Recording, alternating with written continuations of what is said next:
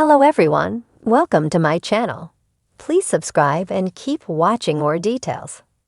The Curse of Oak Island. An ancient tunnel, a turning roadway, and a cannon all deepen the mystery. This week on The Curse of Oak Island, the team continues to follow a 17th century tunnel towards the Money Pit and learn that the stone roadway appears to be heading in the same direction. Unfortunately, it was more questions than answers again on this week's episode. At one point, Marty Legina begged, "Please, no more questions." However, it does feel like Charles Barkhouse and Terry Matheson are making quiet progress in their search for the Money Pit. They're almost 100% sure the borehole drilling has uncovered a tunnel at the 86 to 87-foot mark.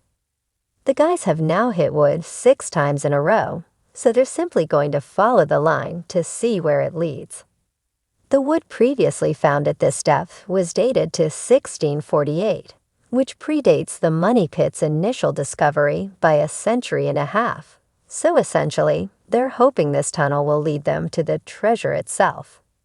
As Rick Legina explained, the problem is that they currently don't know when this tunnel was built, why it was built, and who built it.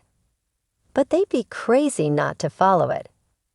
Unfortunately, we'll have to wait until, at least, next week's episode to see exactly where it leads. In the meantime, the rest of the team have been excavating the stone roadway and trying to find out where it leads.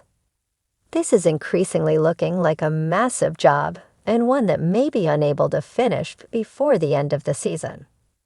It also looks like their work may have just doubled because the road appears to branch off in different directions. But it's not all bad news, as archaeologist Aaron Taylor and geologist Dr. Ian Spooner think one route might be heading towards the Money Pit. The guys uncovered a series of wooden stakes from the roadway, which they concluded were used for surveying. It was their discovery that helped prompt the theory the road was turning towards the Money Pit.